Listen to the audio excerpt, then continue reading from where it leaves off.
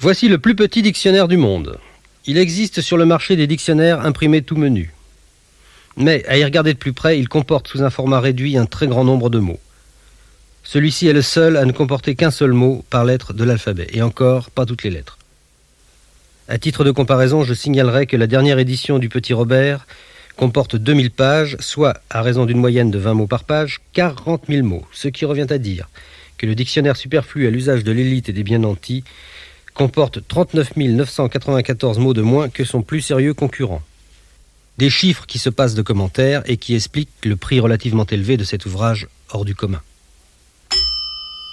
A comme alunissage, nom masculin. Du latin luna, la lune, et du préfixe a, très joli également. Procédé technique consistant à déposer des imbéciles sur un rêve enfantin. Les accessoires utiles à l'alunissage, outre les imbéciles, sont 1. La fusée, sorte de véhicule autopropulsé comportant de nombreux aménagements sophistiqués. 2. La Terre pour partir. 3. La Lune pour témoin. Fin 1984, on évaluait à 1 environ le nombre des alunissages. L'Union soviétique, pourtant surdéveloppée techniquement, puisqu'on y produit en moyenne chaque année une chaussure de pointure 42 et une bombe thermonucléaire par habitant, n'a jamais procédé au moindre alunissage. Il faut voir dans cette attitude antiscientifique de l'URSS une volonté de respecter les rêves des enfants, qui ne manquera pas de surprendre venant d'un pays dont le but idéologique avoué est d'établir une société comprenant plus de censeurs que de censurés, sans brûler les juifs. B comme bleu. Adjectif et nom masculin. Bloy, blo, blef, blou, blou, blau, bla, 11e siècle. Qui est d'une couleur voisine du rouge, mais pas très. Un ciel bleu, des yeux bleus, les flots bleus, une Opel Kadett bleue.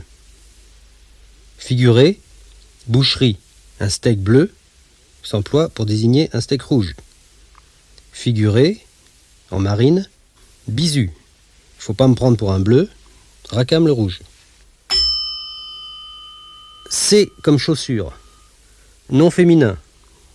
Objet que l'on porte à son pied dans le but de l'isoler des sols froids ou grumeleux. La pénurie de chaussures désoblige le grincheux. D comme directeur. Nom masculin du latin di, la première porte, et rectus à droite.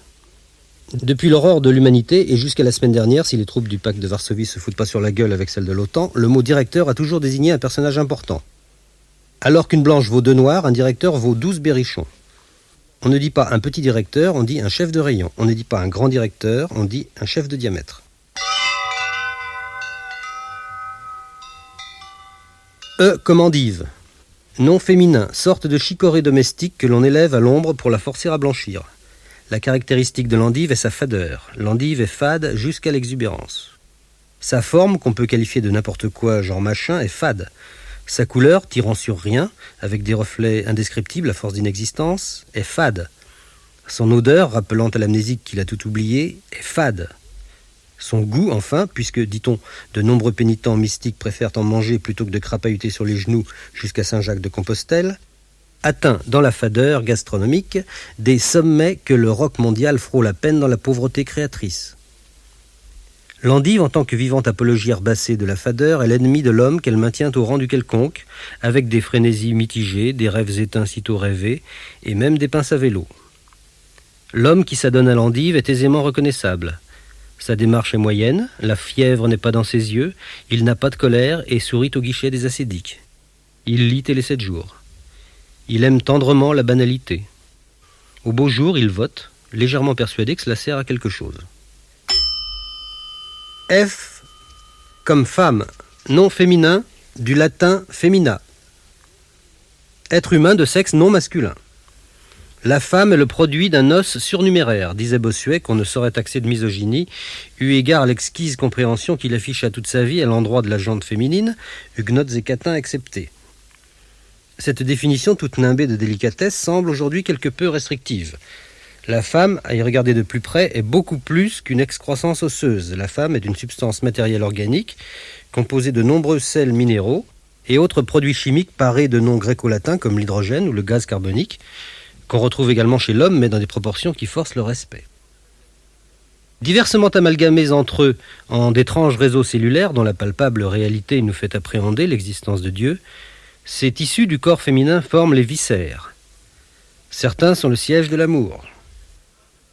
La femme est assez proche de l'homme, comme l'épagnol breton, à ce détail près qu'il ne manque à l'épagnol breton que la parole, alors qu'il ne manque à la femme que de se taire. Par ailleurs, la robe de l'épagnol breton est rouge feu, et il lui en suffit d'une.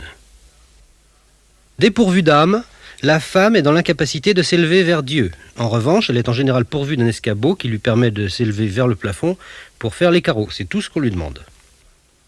La femme ne peut se reproduire seule. Elle a besoin du secours de l'homme, lequel parfois n'hésite pas à prendre sur ses heures de sommeil pour la féconder. Des observateurs attentifs affirment que la femme prend un vif plaisir dans cette satisfaction de sa viviparité. La gestation chez la femme dure 270 jours, au cours desquels elle s'empiffre, s'enlaidit, gémit vaguement, tout en contribuant à faire grimper les courbes de l'absentéisme dans l'entreprise. Au bout de ces 9 mois, le petit homme vient au monde. L'accouchement est douloureux. Heureusement, la femme tient la main de l'homme. Ainsi, il souffre moins. G comme gynécée, nom masculin. Du grec gunaikos, la femme. Appartement de femme à Athènes et à Rome dans l'Antiquité, ou à Vierzon dans le Cher, mais là ça compte pas, c'est un bordel. On retrouve également le terme gynécée dans le vocabulaire arabe littéraire classique, où il prend un sens nettement différent, gynécée signifiant ici littéralement non-connaissance, comme le souligne son utilisation dans ce dialogue extrait des contes des Mille et une nuits, ou qu'il est l'imisé des Louvres, gynécée pas.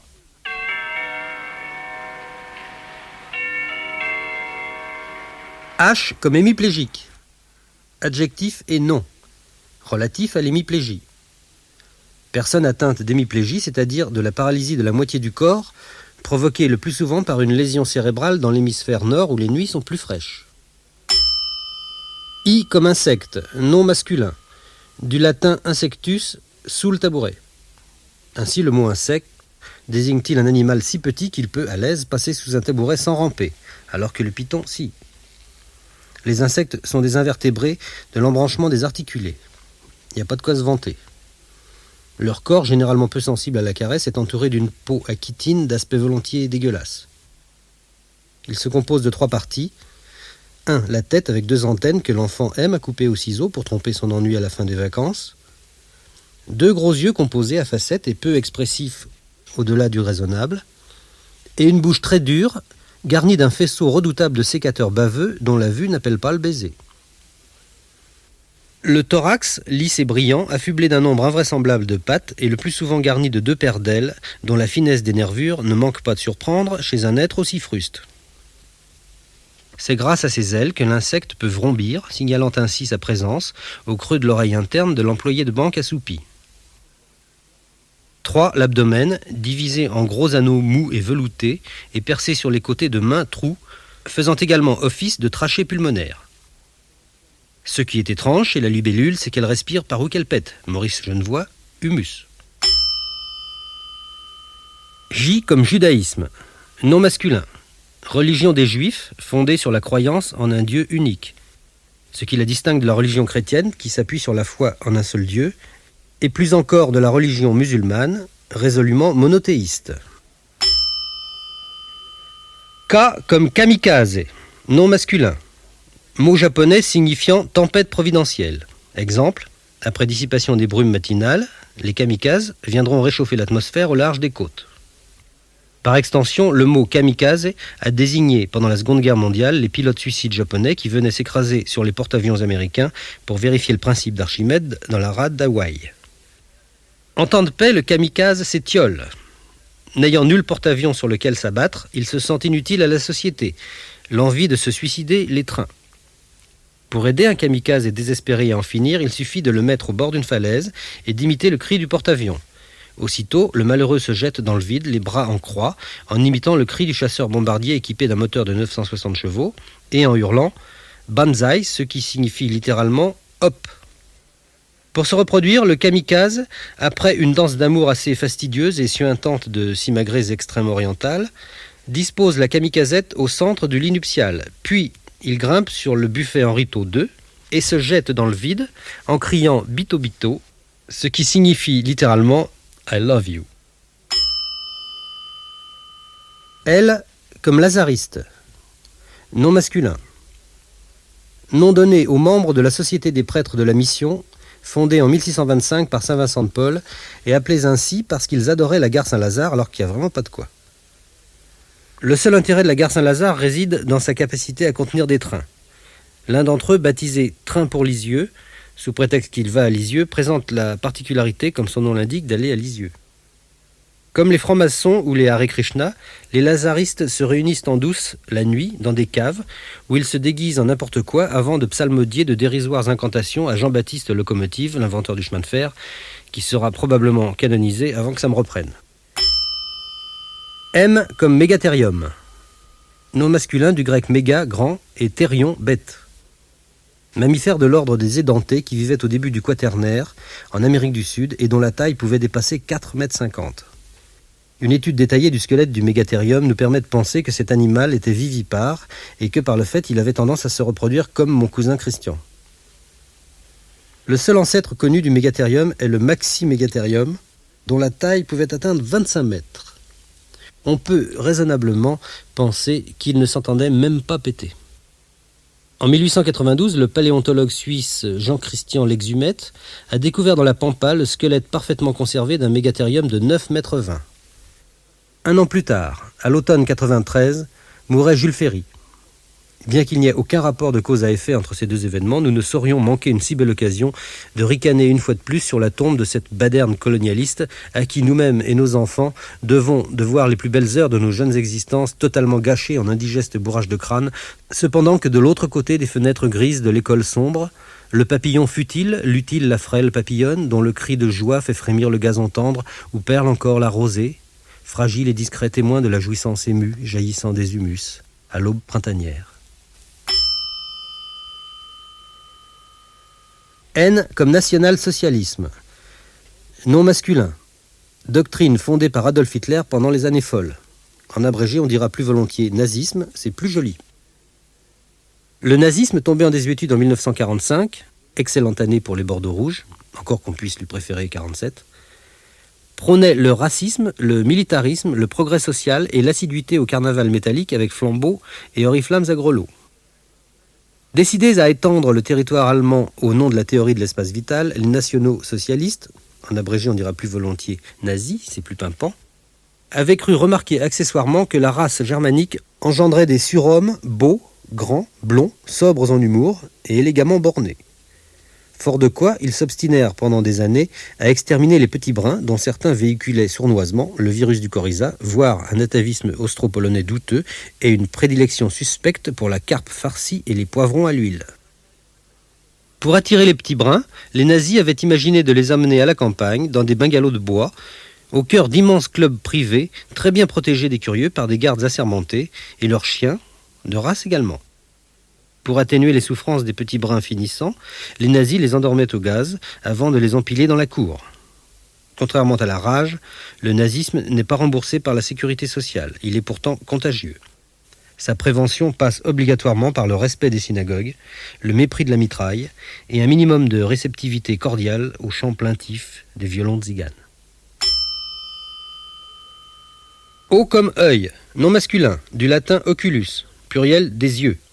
Un seuil des cieux, un deuil des dieux, un œil des yeux. L'œil est à la vue ce que l'humanité est au Parti communiste. C'est son organe central. L'œil est un outil merveilleux. C'est grâce à lui que l'homme peut, en un instant, reconnaître à coup sûr une langoustine d'un autobus, ce qui lui confère évidemment un immense sentiment de puissance sur la nature. La preuve en est qu'un homme privé de ses yeux se met instantanément à raser les murs honteusement. Un homme privé de ses yeux s'appelle un aveugle dans le langage populaire, ou un non-voyant dans le dialecte des politicards populistes gluants. Les aveugles sont parfois ridicules, on en a vu manger des autobus ou voyager en langoustine. Pour ne rien arranger, les aveugles lisent en braillant au risque de réveiller les sourds.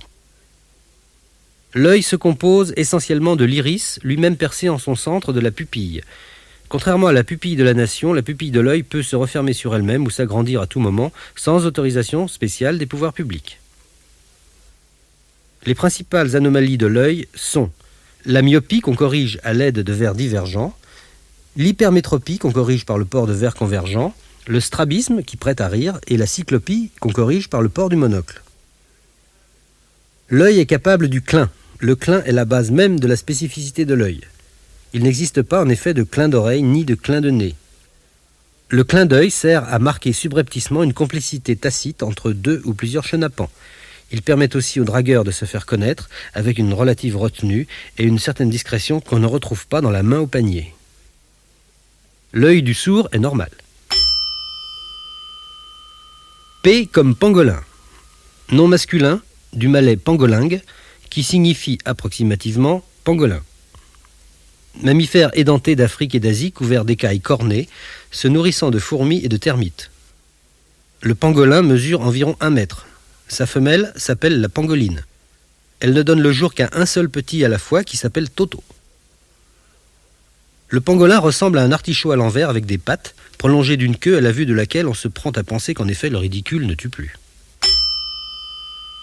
Q comme quadrimane. Adjectif et nom masculin. De quadru, 4, et manus, main. Qui a 4 mains. Exemple, le rossignol n'est pas quadrumane. R comme rouquin. Adjectif et nom. Familier, qui a les cheveux roux. Le rouquin est un mammifère vivipare omnivore assez voisin du blondinet. Pas trop voisin quand même, car le blondinet fuit le rouquin, dont on nous dit qu'il pue, qu'il est la honte de l'espèce, le banni pestilentiel au regard faux sous un sourcil rouille. Mais méfions-nous des jugements hâtifs. La femelle du rouquin n'est pas la rouquine, aussi vrai que celle du coquin n'est pas la coquine, ou alors si, mais pas forcément. En général, nous dirons que la coquine sied mieux au rouquin et la rouquine au coquin que la coquine au coquin ou la rouquine au rouquin. Parmi les différents types de rouquins, le rouquin cul-de-jatte est le plus défavorisé. À l'instar du manchot qui louche, le rouquin cul-de-jatte prête à rire doublement. On reconnaît le rouquin aux cheveux du père et le requin aux dents de la mère. Passé la cinquantaine, le rouquin risque de perdre ses cheveux, soit par le simple effet du temps qui passe, soit à la suite d'un traitement anticancéreux généralement inutile, mais toujours à la mode chez les mondains de Villejuif. Dans un cas comme dans l'autre, il serait presque impossible alors de reconnaître un rouquin d'un homme normal, n'était-ce les taches de rousseur que Dieu inventa au soir du premier jour, alors qu'il secouait ses pinceaux sans malice, après avoir créé le premier crépuscule flamboyant à l'est d'Éden. S comme sens, nom masculin, du latin sensus. Faculté par laquelle un organisme vivant, plante, animal, directeur de la maison de la culture de Sarcelles-Locher, etc., est renseigné sur certains éléments du milieu extérieur de nature physique, vue, audition, sensibilité à la pesanteur, toucher, ou chimique, goût, odorat. Les organes des sens, chez Gégène et par extension chez l'homme en général, sont la vue, le goût, l'odorat, le toucher et Louis XIV. T comme torture. Nom commun, trop commun. Féminin, mais c'est pas de ma faute. Du latin tortura, action de tordre. Bien plus que le costume 3 pièces ou la pince à vélo, c'est la pratique de la torture qui permet de distinguer à coup sûr l'homme de la bête. L'homme est en effet le seul mammifère suffisamment évolué pour penser à enfoncer des tisonniers dans l'œil d'un lieutenant de vaisseau dans le seul but de lui faire avouer l'âge du capitaine. La torture remonte à la nuit des temps. À peine eut-il inventé le gourdin que l'homme de Cro-Magnon songeait aussitôt à en foutre un coup sur la gueule de la femme de Cro-Magnon qui refusait de lui avouer l'âge de pierre. Mais il fallut attendre l'avènement du christianisme pour que la pratique de la torture atteigne un degré de raffinement enfin digne de notre civilisation. Avant cet âge d'or, en effet, la plupart des supplices, en Haute-Égypte et jusqu'à Athènes, relevaient, hélas, de la plus navrante vulgarité.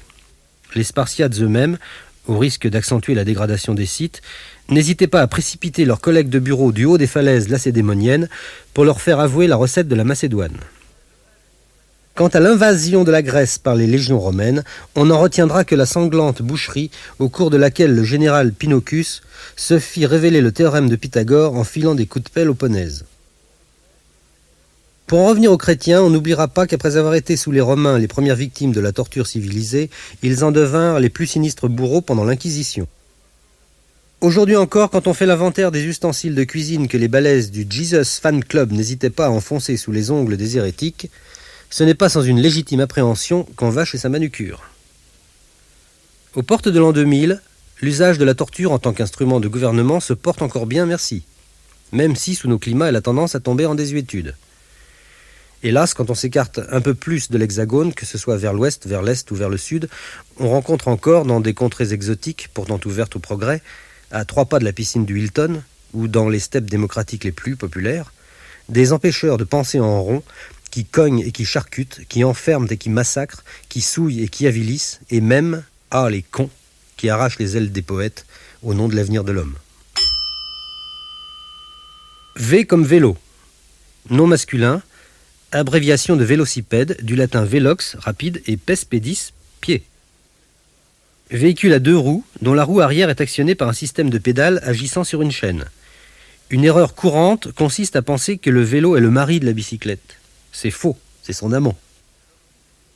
À l'origine, le vélocipède était formé de 2 roues de diamètre différents, la grande roue à l'avant, la petite à l'arrière, parce que si Jean-Sébastien Vélocipède, l'inventeur, avait fait le contraire, il se serait cassé la gueule à peine hissé sur sa selle.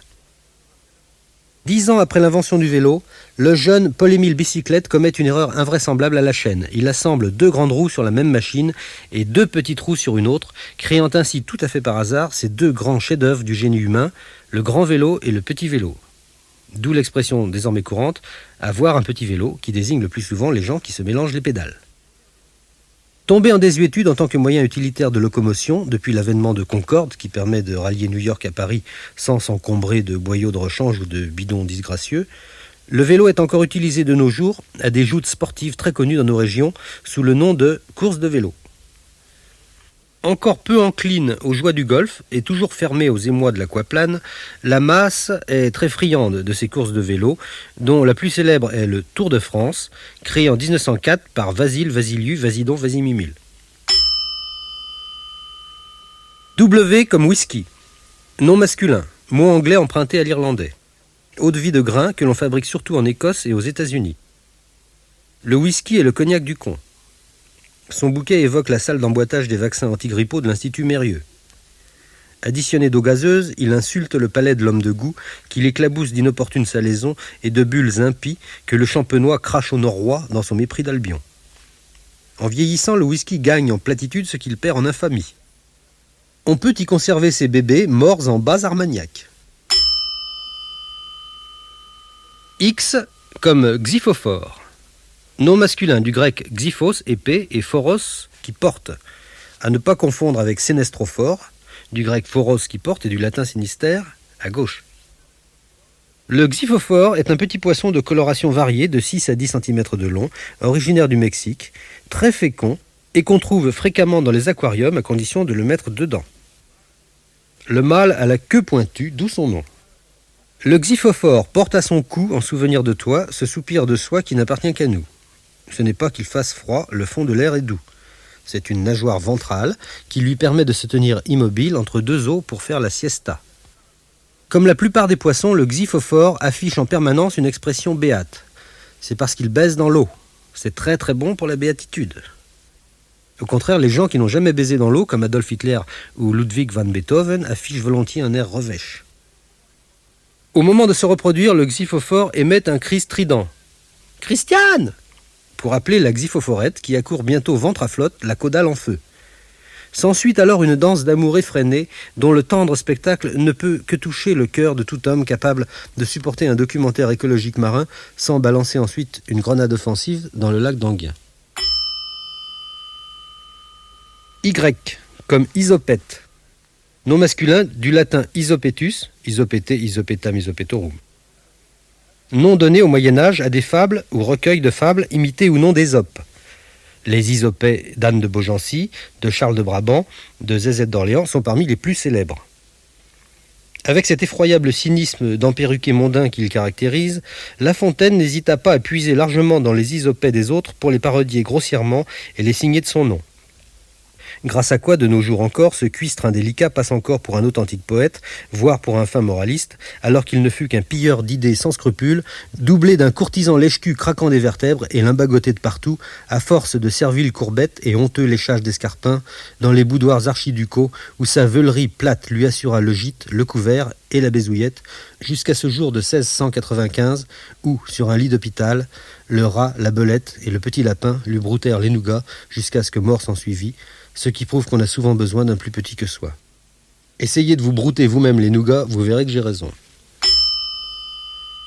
Z comme zeugma. Nom masculin. Mot grec signifiant réunion. Procédé tordu qui consiste à rattacher grammaticalement deux ou plusieurs noms à un adjectif ou à un verbe qui, logiquement, ne se rapporte qu'à l'un des noms. Suis-je clair? Non? Bon. Exemple de zeugma.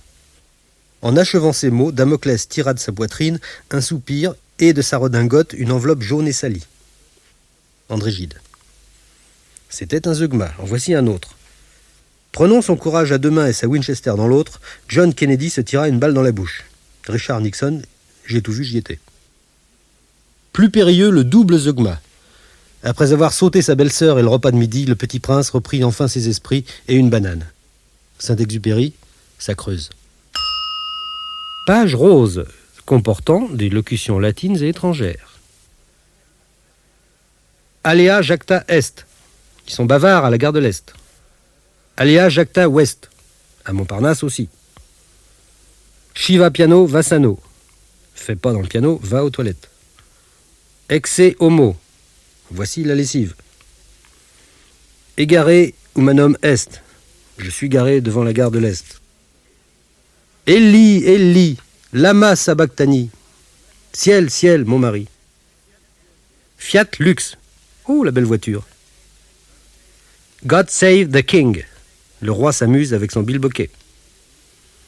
In vino veritas. Un petit rouge bien tassé, s'il vous plaît, Madame Germaine. Ite missa est. Je l'ai perdu à la gare de l'Est. It's by foggering you become a smith. C'est en forgeant qu'on devient formidable. Lugdunum omnibus est. Pour Lyon, ça va moins vite par la gare de l'Est. Manu militari. Germaine s'est engagée dans les paras. Mensana incorpore salo. En tout homme, il y a un cochon qui sommeille. Modus Vivaldi. Vivaldi sait s'habiller. Motus Vivaldi. Ta gueule, Vivaldi. Panem et circenses. Pas des nems, des nids d'hirondelles, imbécile. Remember que member. N'oublie pas le fromage. Rule Britannia, they have melons. Ils ont des chaperons, vive la Bretagne. Si par là, italiano. L'Italie, c'est par là. Testis unus, testis nullus. On ne va pas loin avec une seule couille. To be or not to be, that is the question of the supper bank. Être ou ne pas être, c'est la question du super banco. Veni, vidi, vici. Je suis venu nettoyer les cabinets. Vis comica, on devrait enfermer les comiques. Fin des pages roses comprenant les locutions latines et étrangères. Et étrangères. Et étrangères. Et étrangères.